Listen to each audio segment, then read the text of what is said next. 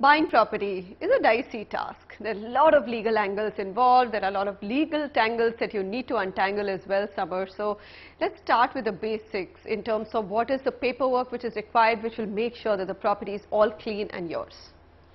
So Manisha, there are various things involved here because you look at the way property is sold today. It's if the property is ready built up, then it's a pure transaction where you do a registry in your name, the title shifts onto you, and then you own the property clear and unencumbered.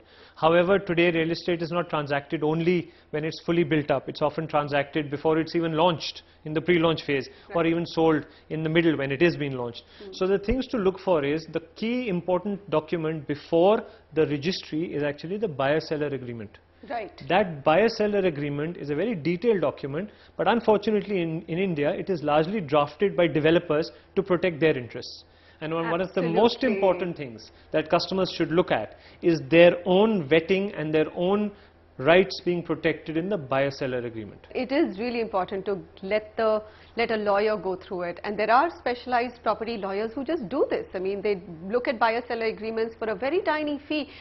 10,000, 15,000, maximum 20,000 is all that you need to shell out to get your buyer-seller agreement vetted, isn't it? And it's worth paying that money if you're buying anything for 50 lakhs in a crore or even lesser. Yeah.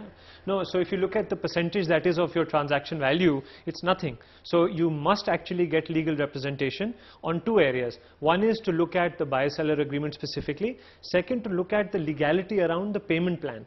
What will happen if there are delays, all the fine print that is related. So apart from the title, sometimes the title may not be in question. If you've signed a buyer-seller agreement, you will get your flat. Right. But the terms on which you get your flat, what is the fine print, what are the deposits that become mandatory, what happens if there's an increase in some of the statutory fees the developer has paid the government.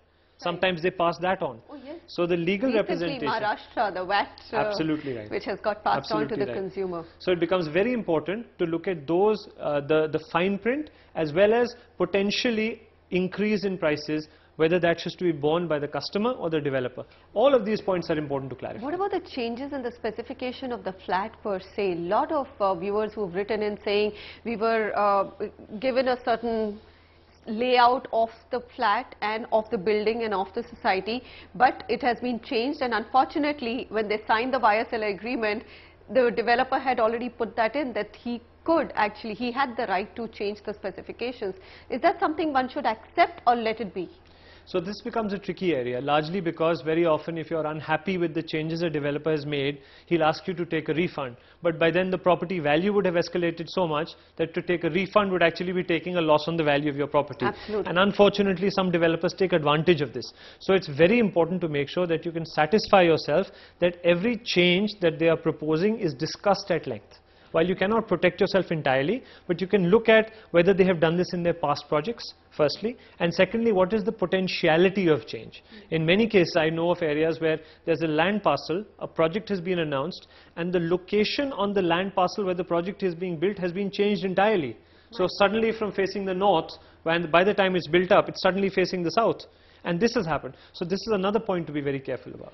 And I think one more important point, Samar, and that's, you know, it's all right. They have very stringent conditions in the buyer-seller agreements if the buyer delays his payments. But when it comes to the developer delaying his payments, what are the clauses which a buyer must get built in?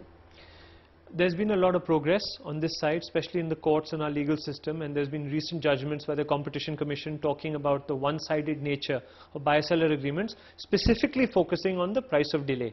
Now what happens is that developers try and obviously get away with the minimum payment, and their reasoning is that a lot of factors are beyond their control.